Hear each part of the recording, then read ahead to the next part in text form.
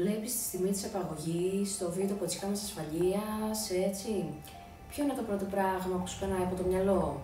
Έπαθα σοκ. Δεν μπορούσα να το πιστέψω. Δεν μπορούσα να το πιστέψεις, Ακόμα και τώρα δεν μπορώ να το πιστέψω. Εσύ εκείνη την ώρα έλειπες από το σπίτι, έτσι δεν είναι? Ναι, είχα πάει για κάτι δουλειές. Φαίνεται πως οι απαγωγείς είχαν παρακολουθήσει ακριβώς η διαδρομή που έκανε συνήθως. Είχε συγκεκριμένη διαδρομή που έκανε κάθε μέρα. Τι ώρα έβγαινε, τι ώρα γύριζε, έτσι τα γνωρίζαν όλα.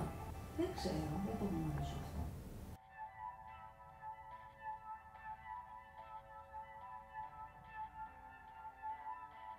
Υπάρχει περίπτωση να είχαν πληροφορίες από κάποιο δικό του άνθρωπο? Όχι, αποκλείεται. Γιατί η έρευνα από τις αρχές αυτό δείχνει μέχρι τώρα. Τι να σας πω. Είχες δει κάτι ύποπτο? Όχι. Σου είχε πει εκείνος αν είχε δει κάτι, αν τον ανησυχούσε κάτι? Όχι, όχι, δεν μου είχε πει. Ή κάποιος που να ήθελε το κακό του ενδεχομένως? Όχι.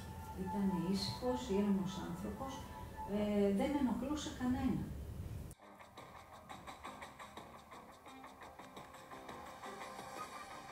Είχε ανοίξει πρόσφατα ένα λογαριασμό με ένα μεγάλο χρηματικό ποσό, έτσι, για τα δύο του παιδιά.